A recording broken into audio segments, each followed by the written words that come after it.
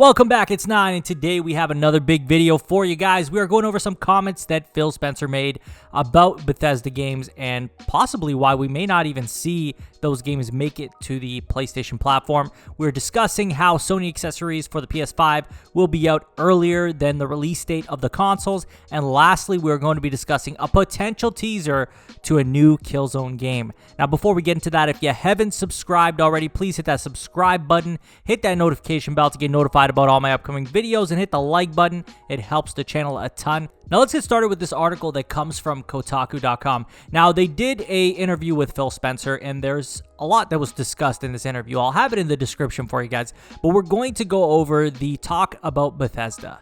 So Phil Spencer was asked, and this is a big question. A lot of people have been wondering, is it possible to recoup a $7.5 billion investment if you don't sell Elder Scrolls 6 on the PlayStation? And Phil Spencer quickly replied, yes.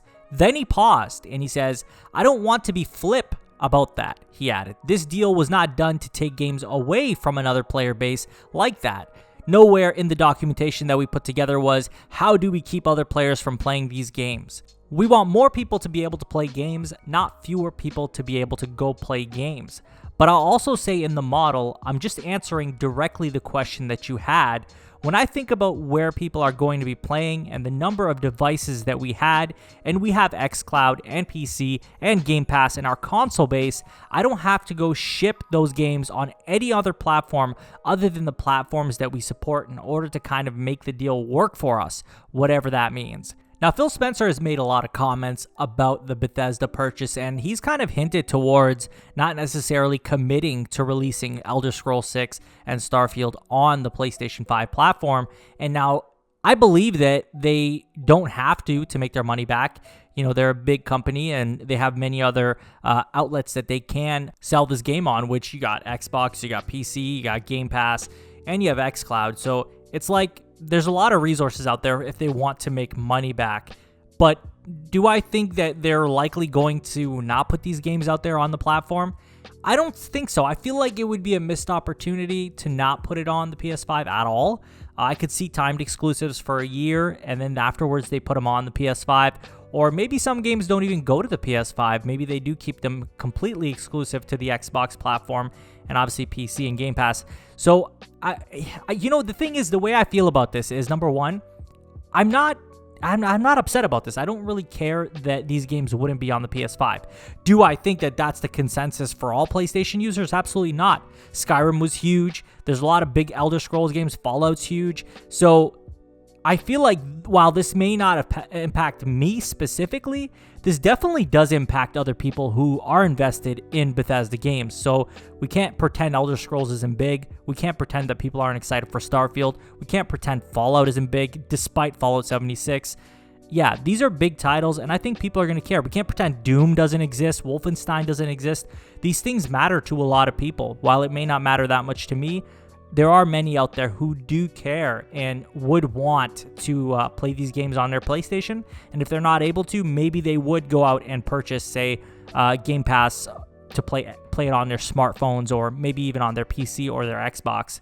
So yeah, there's definitely an impact there. And in my opinion, if I was Microsoft, right, and I really wanted to pull in users into my ecosystem, I would think that making those Bethesda games exclusive is key. You just can't put your exclusives everywhere if you want people to come to your ecosystem. And I get it. People are going to say, they could just sell their games on a PlayStation platform and people will buy and they'll make money that way.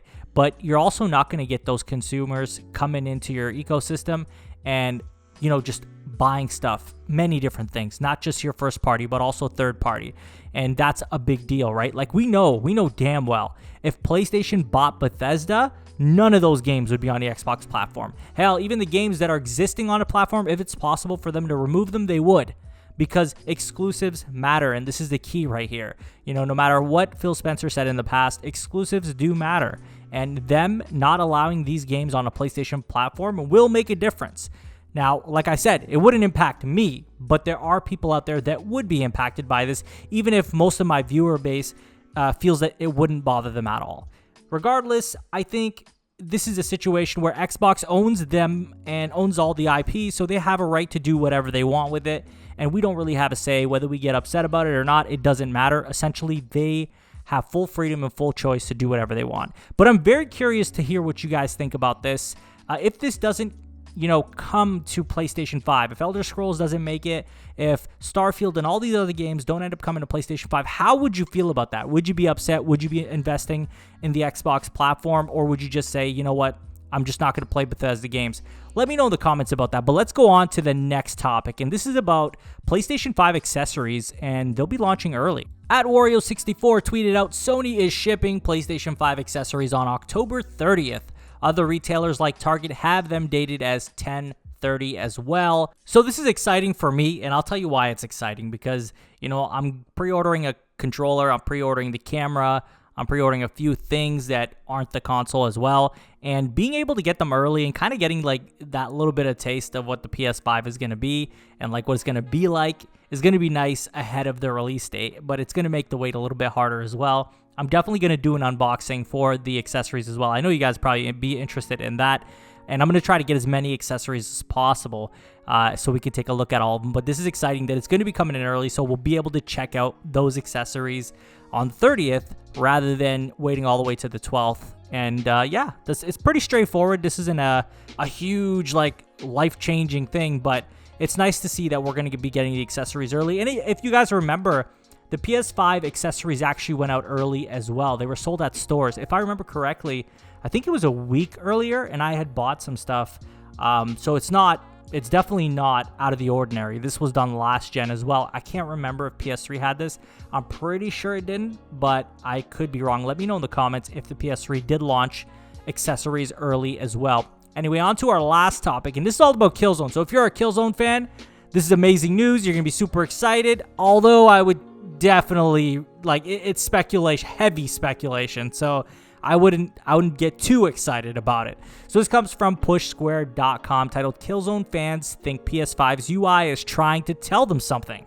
So the basis of this is that the avatar when logging into the PlayStation was a Killzone avatar. It's a Hellgast soldier, and it's basically it's a really old avatar, obviously, right?